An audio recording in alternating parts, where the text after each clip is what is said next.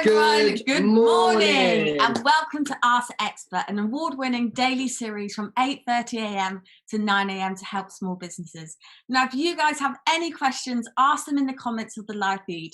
And if you need any more advice, join the official Intuit QuickBooks SMB community group on Facebook. Accountants and businesses experts are on hand 24/7. So during this live session, we'll be running a poll, so please do engage with it and I'll reveal the result at the end. So thanks for joining us this morning. My name's Tommy, this is Rebecca, and we are the founders of a company called Bambuu Brush.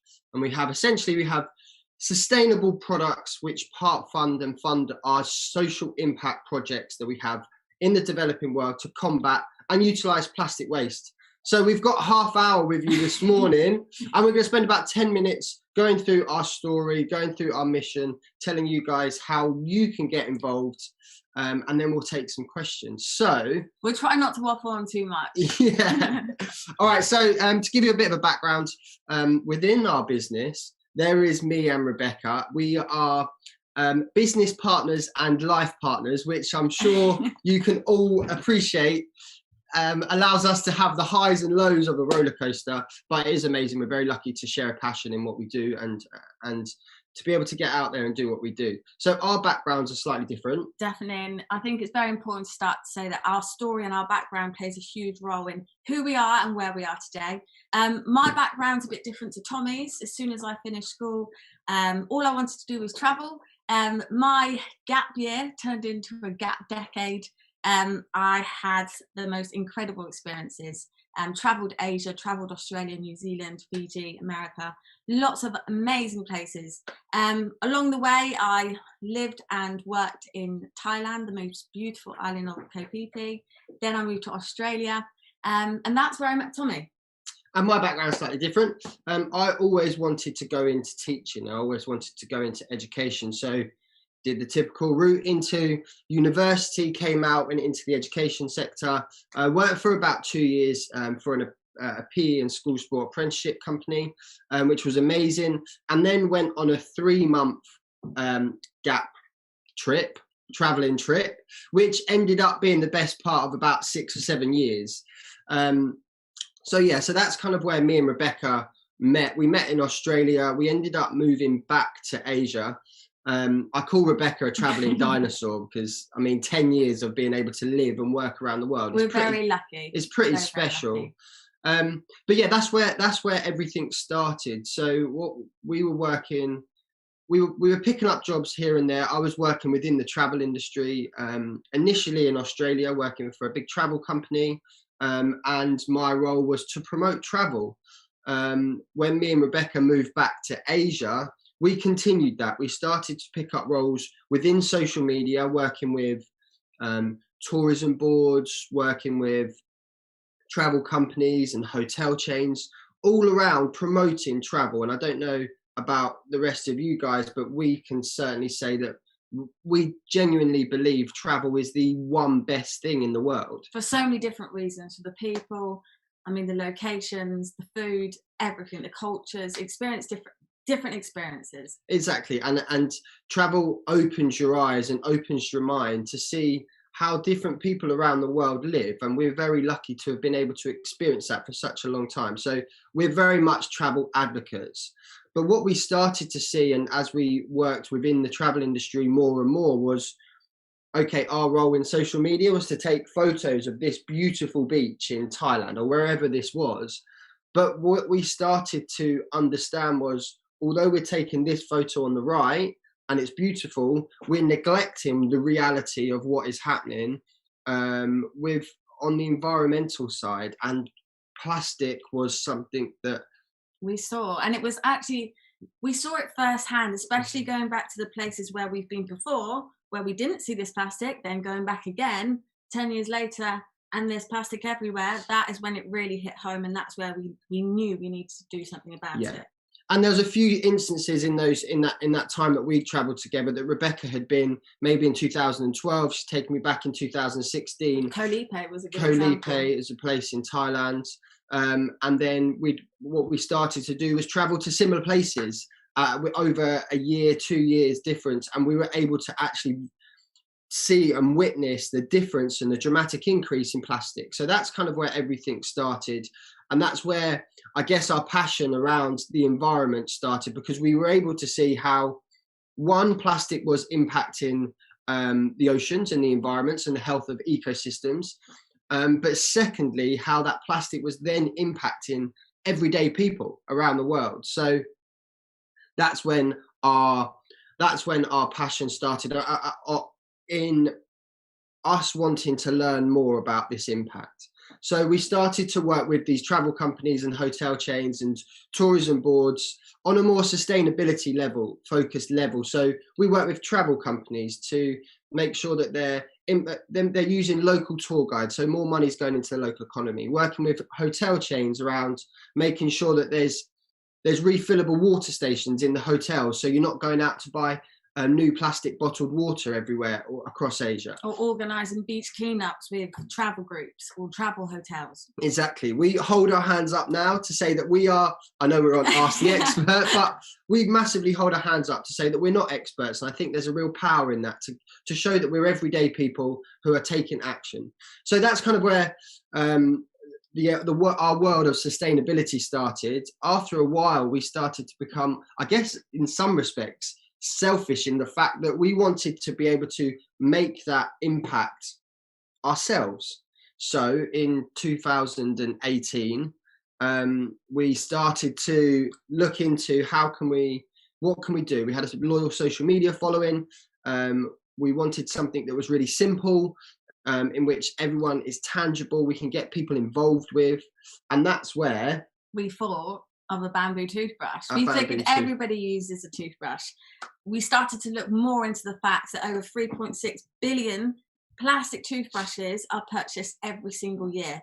And then what happens after that? When the toothbrush is used, it gets discarded and most likely ends up in landfill or oceans. Yeah. So we knew we wanted to do something about that. So we launched in February 2019. We had a crazy goal, which was #1 million by 2020. We wanted to essentially sell 1 million of our beautiful bamboo toothbrushes before the turn of the next decade, which was 10 months time. And this is all done from Tommie's parents. It is Tommie's bedroom at his parents' house. We took no investment. We had no real business knowledge. It was kind of just a passion that we wanted to make an impact. So we launched, going back to my background in education, we developed educational workshops, which we deliver in schools. And we organised big community cleanups, going back to what we were doing out in Asia. With our long-term mission was to set up really simple recycling facilities in the developing world, so we could utilise and combat plastic waste. So there was some level of a system in developing communities around dealing with their plastic waste. What we found, well, it's very obvious that with the introduction of modern materials into communities all over the developing world, in Asia, Africa, all over the world, there is no waste management for those modern materials. So it just gets discarded into the environment, or even worse, burnt. And then obviously there's so many negative impacts from that. So that's where we started in 2019. Fast forward 2.5 years, it's been a bit of a crazy journey. And we're very proud to say that we hit our #1 million by 2020. We hit that within 9 months of launch, which nobody believed that we could do. We had to do that. We have that all over our t-shirts, all over our packaging. Yeah. We have educated over 1,700 school children across the globe through our plastic pollution workshops. And we've organised now 29 cleanups. We did 2 at the weekend with Intuit, which was amazing. 29 cleanups, and we've just hit the 1,000 mark on the amount of plastic that we've collected.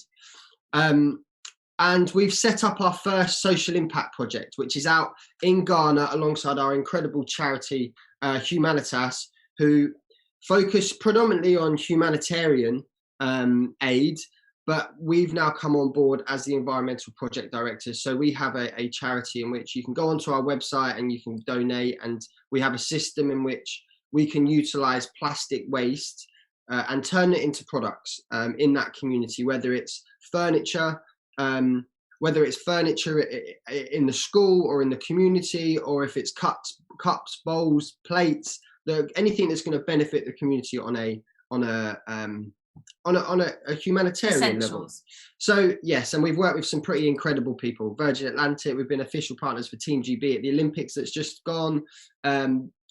We don't want to name too much, but we've done that all from the bedroom at my mum and dad's house with no investment and just a passion to make an impact. It's just pure drive from seeing firsthand the negative impact. So enough about us, we've waffled on, but we're going to tell you a few things in which we believe as a business owner or as an employee you can do to make an impact within your role. The first aspect of that is I think the awareness is neglected sometimes. So we need to do an assessment within your role and within your department. Do an assessment about consumption in general. So that could be the amount of plastic that you use. It could be the amount of energy that you use in your department. It could be anything, waste. But we need to do a benchmark assessment that we can then refer back to in 6 months' time and see where we're at. So I think that's the first really important aspect of understanding the amount of consumption that we use as an individual, as a department, as a business. Secondly, we can then break down each of those areas. So you have plastics. Are we using single-use plastics cutlery when we do events? Have we got a refillable drink station in which we've got single-use cups? If you can break these areas down, you can then set targets and make it much easier for you to make impact and make action. Definitely. And thirdly, for you guys to take action, to know what you can do now. For example, you might start to eliminate single-use plastics in the workplace. Mm-hmm. You might organise a clean-up for your team, or there might be someone in charge who specifically engages in making sure that you don't use single-use plastics in the workplace. And you can also get people in to come and do seminars and talks about increasing that knowledge. For us, we always talk about education, inspiration, and empowerment. If we can educate people, give people the knowledge, you can then inspire them to take action. And then the empowerment is them actually going to do something, take an action, and then telling one more person. Definitely. Now that's powerful in itself. So 100%. And talk with each other, learn from each other. Yeah, absolutely. All right, so we've had some questions sent in by you listeners. Thank you very much. We're just going to go through them. If you've got any questions and you're watching live, please put them in all the comments. Yeah, fire away. So we'll start with David from Twitter.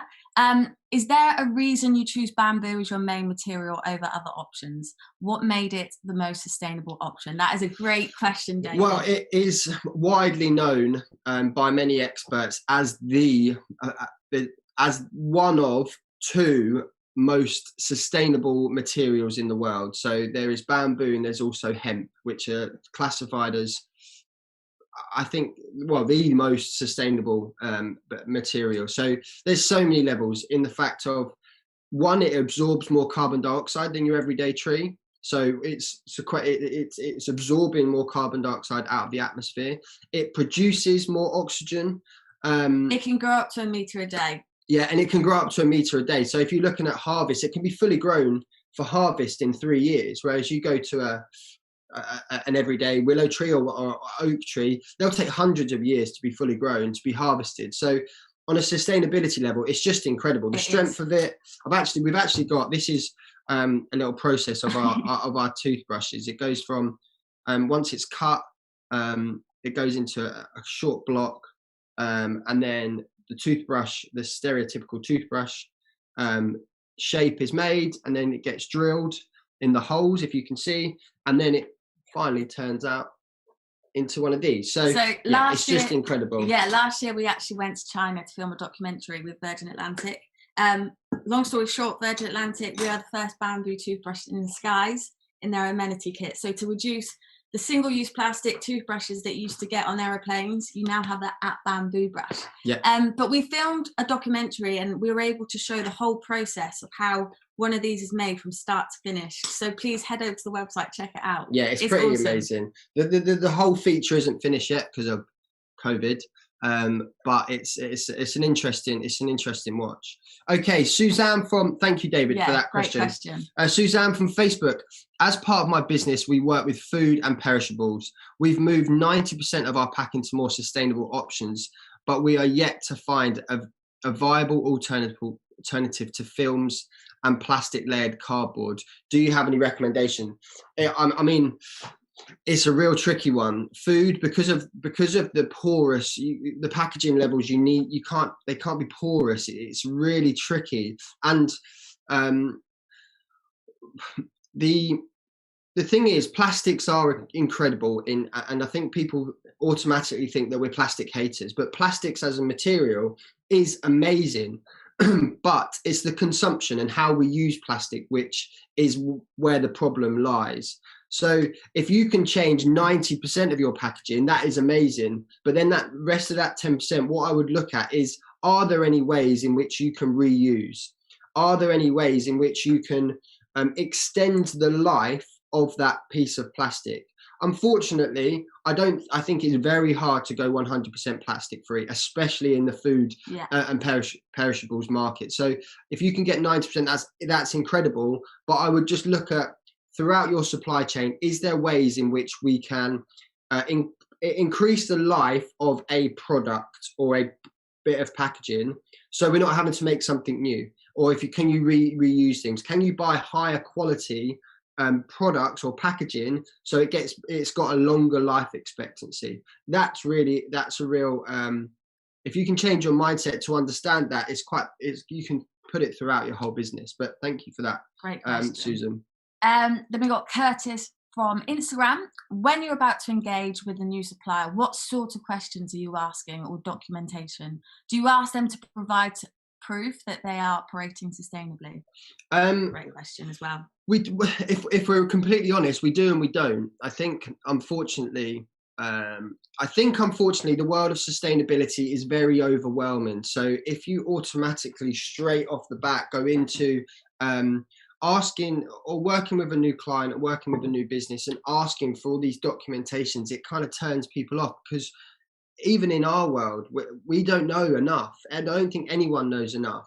So I think it's about working with, go on. Yeah, and it takes time working with a supplier. You've got to gain trust. We're not going to use a supplier that we don't feel is working sustainably, but it takes time, it takes trust, and you eventually find the right supplier for the right product. Yeah, and I think what we need to look at is, I think business has become very transactional and short term.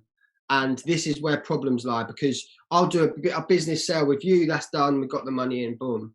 But what we need to do is work with new suppliers, work with new partners and strategic partners or whichever, and commit to a longer term relationship. By committing to a longer term relationship in any aspect, you look at the events industry, if you commit to a longer term relationship, going back to Susan's question, we can buy products which we're going to reuse in 6 months' time, a year time, 18 months' time, instead of just doing one event in which we're going to get a lot of single-use items. So it's about building these longer-term partnerships with businesses that you align and your ethos works with, and having these conversations. Okay, we're not the most sustainable company at the moment, but how can we get to these points? How can we work with new suppliers or current suppliers to become more sustainable in different areas? Definitely. So I think it's a great question, and I think it's just about an open conversation and building relationships so you can work together. I think there's a lot of competition sometimes. Definitely. When really it should be a collaboration. There's a lot of good people doing good things. Definitely. So speak and talk about it. Next question, great question, Curtis. This was one from Saskia from Twitter. I see on Instagram loads of Olympians were using your toothbrush. That's amazing. How did this happen, and did you get any feedback from any of them? That's a great question. First of all, I'd like to start with saying, going back to our original story, we didn't have any funding, so all we used to launch our business was social media. And social media is such a powerful tool if it is used in the right way, in a positive way. And from the get-go, that's all we've used it for. We've got this crazy idea where people hold out their toothbrush, take a picture from around the world, and they put it onto their own platform, and then it's a snowball effect. People see that and then they want to get one, and so on and so on. And so that is kind of how we pushed ourselves out there for the Olympic Society to see us. Well, once we had our hashtag 1 million by 2020. We wanted to educate and inspire 1 million people to make a switch. And once we hit that, which was kind of September 2019, we had to have a new goal. I'm a bit of an Olympic geek. So we were like, I feel like Olympians are the most perfect role models in sport, because they're just incredible. It's all about legacy. It's all about that long term, trying to get the next generation involved. So they inspire so many people. We wanted to get people involved, the Olympians involved. So we put it out on social media, and we openly discuss. We don't know how to get there, but this is our goal. And there's videos of us talking, and we're like, these are our goals, Tokyo 2020. But yeah, connecting dots and us just working with people to get connections, and then explain what our passion is. And then, this is our Team GB toothbrush packaging. We actually partnered with an organisation called Big Plastic Pledge, which is run by Hannah Mills, who was the Team GB flag bearer for the opening ceremony. And she has an incredible, it's just to get elite athletes to make a pledge to reduce the amount of single-use plastics within sport. So we've teamed up with them. We got their athletes to take the pledge, essentially. So, and we got good feedback. Did you get any feedback? Yeah, I think a lot of, especially Olympians are all outside. The majority are outside doing things. So especially people in the sailing industry and rowing, and people who are out and about in outdoors, they understand the importance. They have seen firsthand the negative impact that plastic pollution has. But thank you, Saskia. Right, Stephen from Facebook. If we wanted to move to more sustainable products, what would we do that? What would we then do with all the plastic materials we currently have? How do you recycle these and ensure that they don't end up in landfills? Great question. Okay, so yes, and this is an ongoing topic. So what we need to, so we currently have a system that we're working on the charity side, in which we can take unrecycled plastics, put them into sort the plastics, and then put them into a machine called extrusion machine. The extrusion is simply melting. But then you can put that into a mold to make products. So you have a mold of cups and bowls. But we've got to be talking at this specific question. We've got to be talking about solution-based subjects. So, okay, it's great telling everyone to go to get reusable, sustainable, reusable products. But what's happening already there? And there are some very innovative companies out there. Ones that we're working with. One's called Orca Sound Project, who can take all of that plastic waste and turn them into boards which could be reused. So there are a lot of different ways in which current single-use plastics and materials can be reused. It's just about us as consumers consciously purchasing sustainable products which fund these positive organizations that we can work with. So if you go onto our social media, we constantly post innovative ideas and companies that we work with who can utilize plastic. And it's something that we're really passionate in the developing world around. Okay, the UK and the Western world have got infrastructure and machines and the finances to deal with our plastic waste, but out in Africa and Asia and South America, this isn't they don't have that infrastructure. So we need to work with these organizations and companies and countries to be able to deal with that. And on a day-to-day level, say for example, you can always reuse your products that you have. For example, if you have been using a plastic toothbrush, you can then use that for cleaning products in your day-to-day life. So you can always reuse and you can always upcycle. And we have the internet at our hands. You can always Google, and there's lots of ideas out there. But as Tommie said, head over to our website. We've got lots of blogs. Yeah. Okay, Sienna from Instagram. There's a lot of shipping and deliveries in my supply chain. How can I move away from this to more eco-friendly transport options? Okay, so I would go back to the shipping and the delivery company that you work with and ask about their policies, because we all know you look nowadays, there is so much on the likes of Amazon, and their impact and their footprint.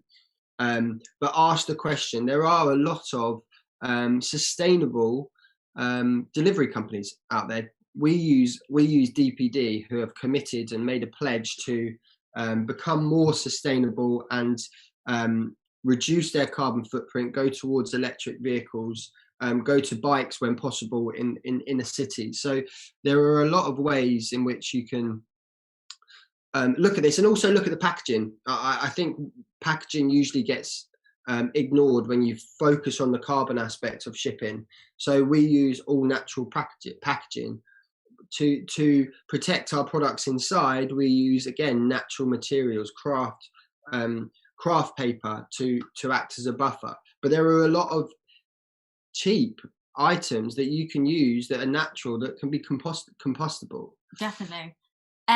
Clara from Facebook Messenger.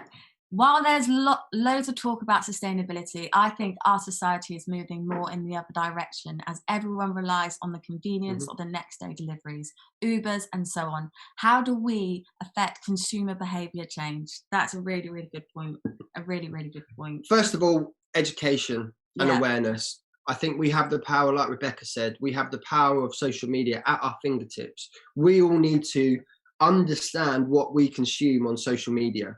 So say, for instance, 100% of your day or your time on social media is you're just looking at, I don't know, gossip and articles which you're not really learning anything. I think it's important if we can change maybe 25% of our time on social media to learn something new. Definitely. So it's being aware of it first, being aware of what we're consuming. And the Instagram algorithm is very, very clever.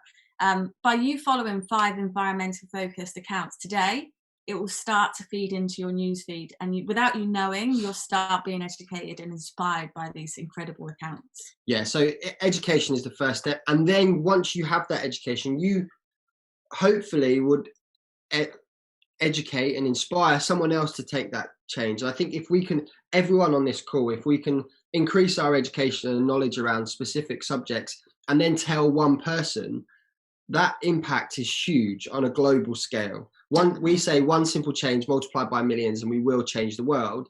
It goes across all aspects of plastic consumption, your carbon footprint, racism, anything in society. If you can change one aspect and inspire one more person, it's really powerful. Okay, we've got one last question from Eleanor. When you do your classes with kids about plastic pollution, what's the biggest thing that they're surprised about? Have they said anything that stuck with you? Loads. And do you know what? Absolutely loads. We would love to be able to educate every single child around the UK and the world around what we're passionate in, because plastics are so tangible, and all you have to link. We're very lucky that we've been able to swim with whale sharks and turtles and dolphins all over the world, and we have footage of that. But then what we do is we get all the children so excited about turtles and whale sharks and the ocean, and then suddenly there's a threat to that, and plastics, because it's so visual, and we've got so much content of, if you go onto our social media, we've got content of turtles eating a plastic bag that we filmed with my drone in Philippines. It's that sort of thing. Suddenly the children are so inspired around what they do. It's just, and the kids, they want to learn. We have been told off by so many parents because the children have come out of school and they've told their parents off. The children are the next generation, and everything that we do and all our plastic pollution workshops is for the next generation. They're going to be the kids that are driving through for them. We all know children are sponges, so let's let them sponge something passionate and something that's going to positively impact their future. Because unfortunately, what we've experienced and what you guys have experienced by traveling, the likelihood is at this current rate, the beautiful places that we've been to are not going to be beautiful when our children are our age. And we really need to hold on to that and think, we need to change something now. Let's get the children inspired. We need to take action. We need to pass that on to other people. Okay, so thank you very much for your questions. Brilliant questions. The poll results are in. The poll that we asked you, is your business making an effort to reduce its plastic consumption? Now, 80% of you said yes, which is fantastic. Yeah, which is great. 20% answered no. So, I think what's brilliant about this, well, two things. We've got to look at positives around COVID. In 2019, there was a big push away from single-use plastics in society. People wanted to make a change. People went to reusable coffee mugs, reusable water bottles. COVID changed their mindset because obviously the focus shifted to everyone's health and protective PPE and everything. So single-use plastics are not the best. But we moved home, and I think once people were working from home, we've actually understood our own consumption a little bit more, and that we don't need as much. So I would like to think that from that poll, businesses have taken that on board. Definitely. And looked at, we don't need so much. There's a lot of waste in especially big businesses and big corporate businesses. We don't need so many options. Less is more in a lot of respects, and it's can go across all aspects of sustainability, from fashion, from plastic, from carbon, from all areas. So less is more, and we just need to shift our mindset around that, which is, it's quite liberating once you have that in your mind. All right. Thank you all for tuning in today. If you want to get in contact with us, feel free to please drop us a DM on social media and Instagram. We use social media so much, so head over to our Instagram. It's at Bambuu Brush. Our username is at Bambuu Brush across all of our social medias. So please head over. I think we're very proud of it.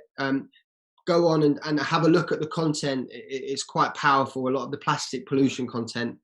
We want to share that and get people out, and that knowledge spread across all platforms. Definitely. And if you have any questions, please fire away. Send us a message on Instagram, send us an email. We're always here to help. Yeah, and my email is tommie@bamboobrush.com. So it's tommie@bamboobrush.com. Please send me any questions. Coming up on Ask the Expert tomorrow is Judith Dugdale, an accountant and head of digital solutions at MHA Moore and Smalley. Tune in to learn how to maximize the value of your business. A reminder that if you need any more advice, join the official Intuit QuickBooks SMB community group on Facebook. Accountants and business experts are on hand 24/7. Okay, we have really enjoyed this. I hope you guys have enjoyed listening to our story and our mission. And I think that's it. Have a great day. Have a great morning. Get in contact with us. And remember, try and make one simple change today.